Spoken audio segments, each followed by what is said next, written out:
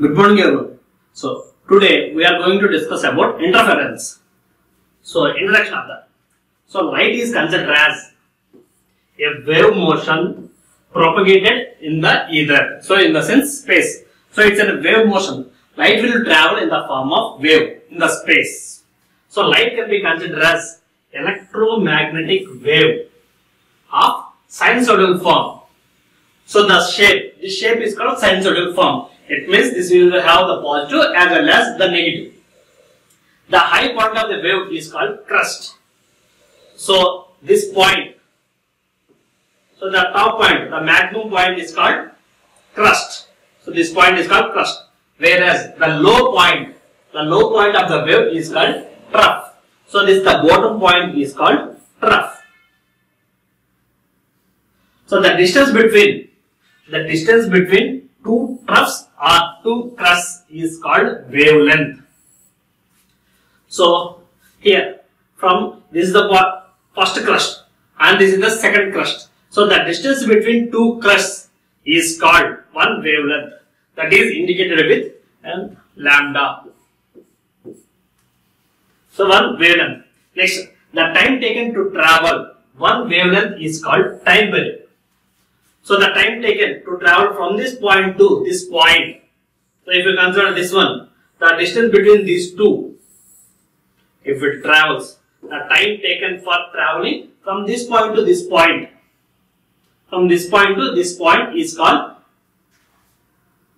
is called time period. Next, the maximum disturbance of the wave is called amplitude. So from here to here, this is the maximum peak from the axis to the crest is called amplitude.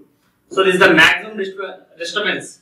So from this point, from axis, how much it is deviating. So in both the directions, from here to top, it means from the axis to the crest, that is called amplitude. Similarly, from the axis to the bottom of the wave, that is trough, that is also called as amplitude.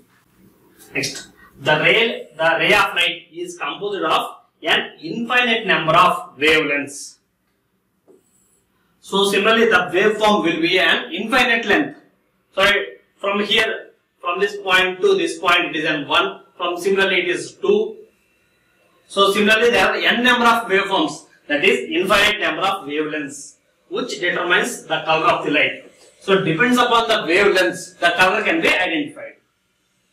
Next. So interference of light. Let us consider the effect of combining two monochromatic rays of light having different intensities. It means having the amplitudes of A1 and A2. So here we consider two waves. So it means this is the wave 1. This is the wave 1 having an amplitude of A1. So next, one more thing, that is this one. So this having an amplitude of A2, whereas this consists of an amplitude of A1. So here we made two waves. It means two lights from different sources. So let us consider the effect of combining two monochromatic rays of light having different intensities, having the amplitudes of A1 and A2. Here we consider two light waves having different amplitudes as A1 and A2. Now, if it were combined in such a way that the crest coincide with the crest of the other.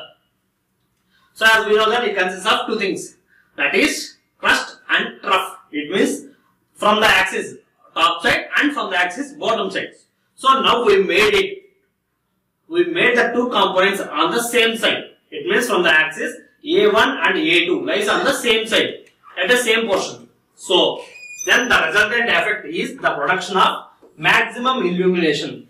So therefore the result equal to A1 plus A2. So here the dotted line indicates the resultant wave.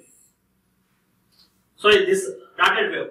So if both the crests are on the same side, then the resultant will be the sum of the two individual amplitudes. So here A1 plus A2 is the resultant. So here the resultant wave equal to A1 plus A2. So this is the resultant equal to A1 plus A2. So similarly, one more. So here we are making the thrust of one wave in one direction, whereas the other wave in other direction. So considering the effect of combining two monochromatic rays of light having different amplitudes A1 and A2. So here also we consider two waves having different waves of A1 and A2. So here, if it were combined in such a way that the thrust of one and the trough of another simultaneously, if they are out of the same phase. So here if you consider here A1 is in one direction, whereas A2 in another direction. So in the earlier cases, both A1 and A2, the wave of both lights are on the same direction. So now here one wave that is on the top side of the axis, whereas the other wave having an amplitude A2 in another direction. It means crest on one direction and trough on another direction. So therefore the resultant is equal to the subtraction of the maximum and minimum. So here the resultant wave. So if you observe that A2 is small, whereas A1 is big. So now the resultant is the difference between the two waves. So the resultant effect is the algebraic difference of A1 and A2. So it's a subtraction, algebraic difference between A1 and A2, as it is reduced to minimum amplitude. Therefore, resultant are equal to A1 minus A2. So here A1 is higher. So it's A1 is bigger. So A1 minus A2. If A1 is small and A2 is big, then A2 minus A1. So ultimately whatever it is, so it's the difference between the two elements. It means the difference between the two rays. Next. So interference of light. So consider the effect of combining two monochromatic lights. So same. So but now the two lights are having same amplitude A. So in the earlier cases we discussed about two waves having different amplitudes. So one is having A1 and the other is having A2. Different amplitudes. Now we are considering the same amplitude. So if it were combined in such a way that the thrust of one and the trough of another simultaneously, it means they are out of the phase. So let us consider this as a wave. So one having the wave such like this and the other one having like this. So now both having the same amplitude, that is A and A. So here we consider two light rays having the same amplitude of A and A. So the same amplitude, and those are one thrust and one more in trough. Now the resultant wave will have zero amplitude. So the resultant are equal to the A minus A, that equal to 0. So the resultant wave will coincide with the axis. So it means the resultant wave will be like this.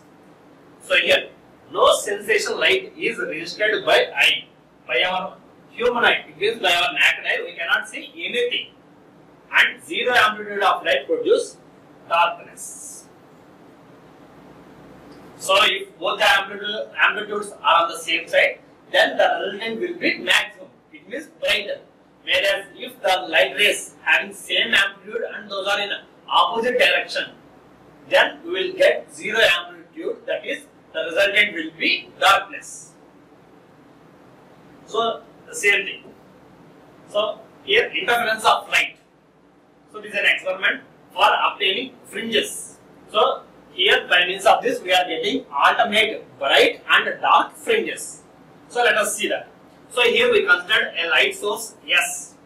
So by means of a light source, light is emitting. After that, so this light source is obstructed by means of a slit. So this slit consists of two holes, that is slit A and slit B. Through these two holes, again light is passing. So by means of these two slits, light ray is emitting from two directions. So now the emitted slit A is emitting some light, whereas slit B is also emitting some light rays. So both these are having same intensity, it means same amplitude. Why? Because these two light rays are emitting from same source. Due to the same source, the light rays emitting here are having same amplitude and same intensity. So now, here, if we consider that from here, from A, some amount of light rays are emitting, whereas from B, similarly waves are emitting, light waves. So here, if we consider a point E, so for example, one point E, then the distance from A and the distance from E is same. Therefore, the resultant will be bright. So similarly, so in one way, from here to here the distance, and from here to here the distance is varying. It means the wave length. It means the length of the wave is varying. So that at the end of the point, it means at junction D, alternate waves can be coincide together. So that the resultant will be darkness. So if the amplitudes are on the same side, then the resultant will be maximum. It means brightness. Whereas if the if the waves are in opposite direction, having same amplitude, then the resultant will be darkness. It means 0.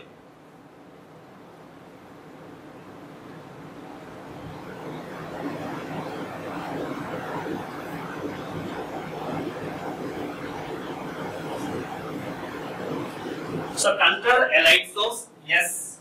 So here we consider a light source S. This is the point S.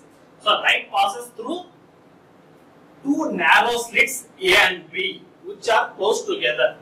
So here these are the two slits, that is A and B, which are close together. Next, thus two separate sets of lights, two separate sets of rays of light are formed, which pass through and cross one another in the same medium. So from here to here, the same medium, the two light rays are emitting and it is passing on the same medium, with space. Next, the light from two slits forms a visible pattern on the screen. So this is the screen. The pattern consists of a series of bright and dark. Parallel bands. Those are called as fringes. So here it consists of alternate bright, dark, again bright, dark, again bright. So it consists of alternate dark and bright bands. Those bands are called fringes. So once again, the pattern consists of a series of bright and dark parallel bands called as fringes. So the bands.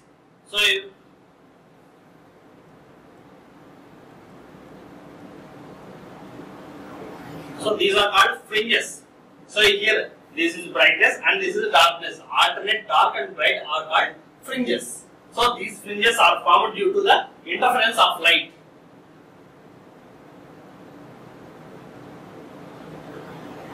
Due to the interference of light, it means due to the intersection of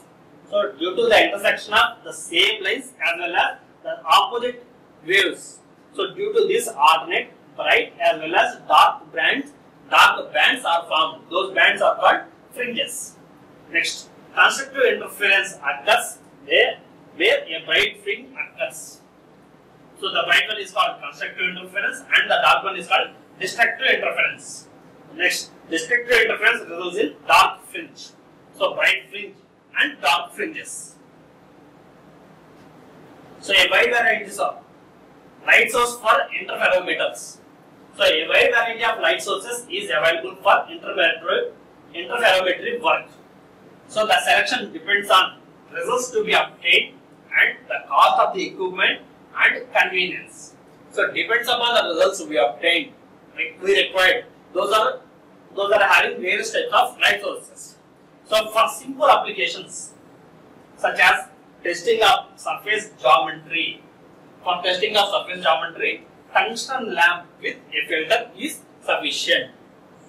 So if it is an high-end applications, it means for sophisticated application, light sources such as mercury 198, cadmium, krypton 86, so sodium, helium, neon, and gas lasers are generally used. So it depends upon the application. It means depends upon the results. We can go for various types of lamps. Next, types of interferometers. So there are various types of interferometers. That is Michelson interference, NPL flatness interferometers, NPL gauge interferometers, Fari-Petro interference, fringe counting interference, JIS gauge. Next, multiple beam laser interferometers. So these are the various types of interferometers which we can observe different types of fringes. There are the different methods to obtain the fringes on the surface of the screen. So first we will discuss about Michelson interferometers. So it was invented by Albert Abraham Michelson. So which uses a single beam splitter for separating and recombining the beams. So here we used one beam splitter. So BS indicates the beam splitter. So this is the beam splitter. Here we used only single beam splitter. By means of a single splitter, we are deviating the lines. It means we are splitting the lines. Next, if the two mirrors are aligned for exact perpendicular incidence. So here two mirrors. So here the mirror 1 and the mirror 2. Here the mirror 2 is fixed mirror and the mirror 1 is movable. So this is the movable mirror and this M2 is the fixed mirror. So our object, if we want to identify the surface of the component, then we will place this object on this mirror M1 which is having a reflecting surface, or if doesn't have a reflecting surface, then we will connect that component to this M1. So here at this M1 junction we are going to place our object. It means our workpiece. So here only one output is accessible and the light of the other output goes back to the light source. So here by means of beam splitter the light rays are splitting. So some amount of light ray will be observed from the eyepiece and some will be reflected back to the source. So if that optical feedback is unwanted, and access to the second output is required, their combination of beams can occur at somewhat different locations or beam splitter. So if we want the feedback of the components, then we will use the second wave also. So it produces, so this interferometer produces interference fringes by splitting a beam of monochromatic light. So here the results are obtained by splitting a monochromatic light. So here a light source is from a light source, light rays are emitting. By means of beam splitter, the light rays are splitting fringes by splitting a beam of monochromatic light.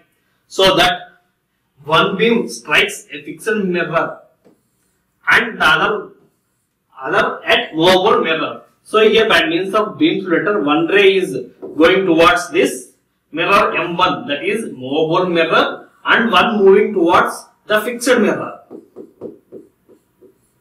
By means of this beam splitter, the light ray is splitting and some amount of light is traveling towards the movable mirror and some amount of light is traveling towards the fixed mirror.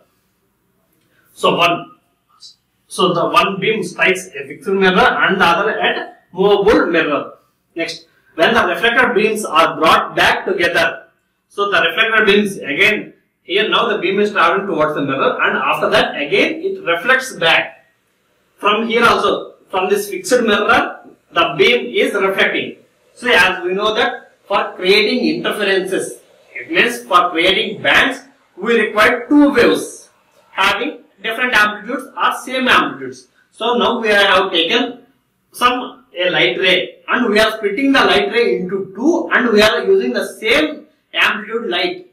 So now the light ray is coming from mirror 1 and mirror 2. So here now we are getting two light rays. By means of two waves only we can get fringes.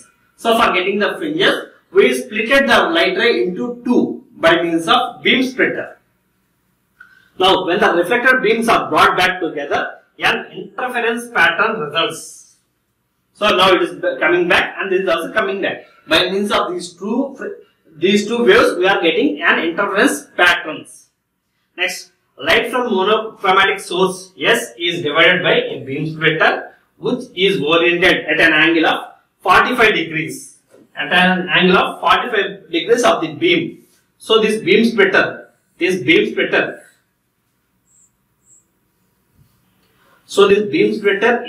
at an inclination of 45 degrees to the light rays. So this is placed at an angle of 45 degrees to the incident light. Now the producing two beams of equal intensity. So by means of this beam splitter, two rays are producing with same intensity. That is equal intensity. Next, the transmitted beam travels to the mirror M1 and it reflects back to the BS. So now one wave is traveling towards the M1 and reflects back.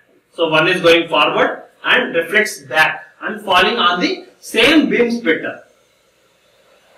Next, here, so half, that is 50% of their turning beam is then reflected by the beam splitter and strikes the screen.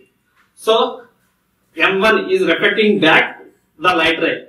So for this light ray only 50%. It means half of the ray, again by means of beam splitter, it is splitting into two. So it means if it is split into two, that is 50%. So 50% of the light ray is traveling towards the screen, that is E, whereas 50% again towards the source. So 50% turning beam is then reflected by the beam splitter and strikes the screen, that is E. So 50% is striking the screen. The reflected beam travels to mirror 2 where it is reflected. Next, 50% of this beam passes through straight splitter and reaches the screen. So again from the 50% from the mirror to the reflected ray, again 50% passes towards the screen. Next, since the reflecting surface of the beam splitter is the surface on the lower right, the light ray starts from the source S and undergoes reflection at mirror M2, passes through the beam splitter. So by means of this, so here the light ray is traveling. So since the reflecting surface of the beam splitter BS is the surface on the lower right, so the light ray starting from the source undergoes reflection at the mirror 2, passes the beam splitter. So here the beam splitter, the light ray is reflecting thrice. So it means the beam is splitting 3 times while the ray reflected M1 travels through this beam splitter only once. So here the light ray is coming from this direction and half of the light ray is moving in this direction. So again in the second one, so the reflected light from the M1, half of the light ray is passing towards the screen and half is moving towards the M2. So by means of this action, beam splitter, the light ray hitting the mirror to the beam splitter thrice. It means 3 times. So the optical path length through the glass plate. So the optical path length through the glass plate depends on its index of refraction, which causes an optical path difference between the two beams. So it depends upon the refraction of these glasses. It means of these mirrors, the light intensity can be reduced. It means due to the difference of its optical path. So to compensate that, it means the strength of the light ray is reducing.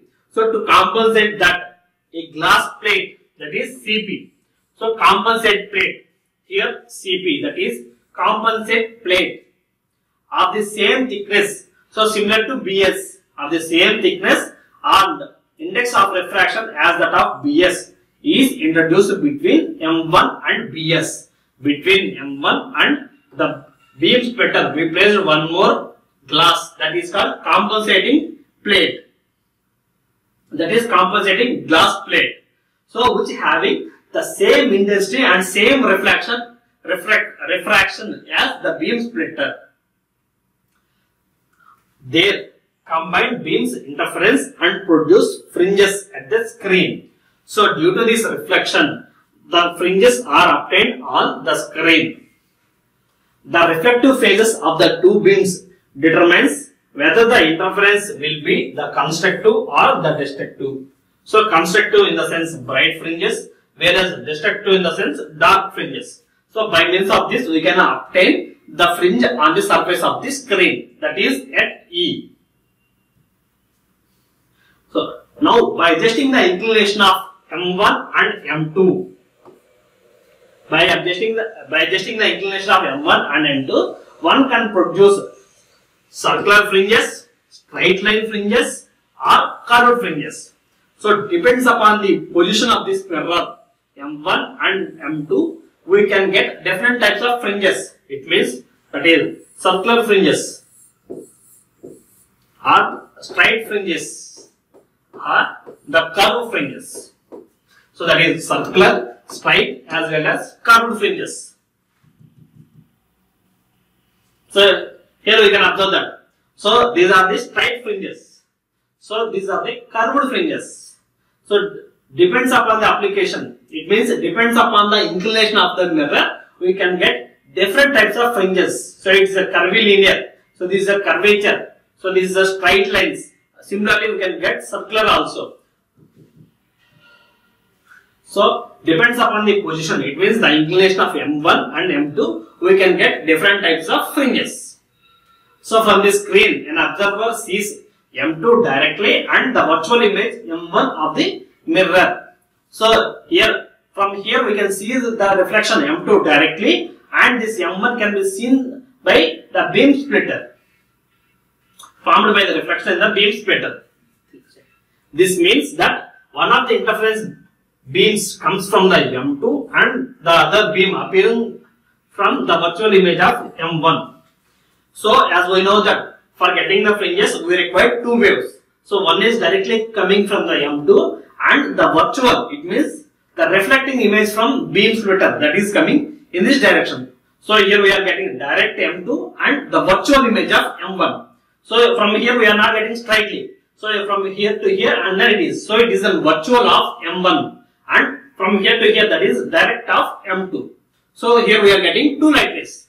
That is direct M1 and direct M2 and virtual M1. So if the two arms of the interferometers are equal in length, M1 coincides with M2. If they do not coincide, let the distance between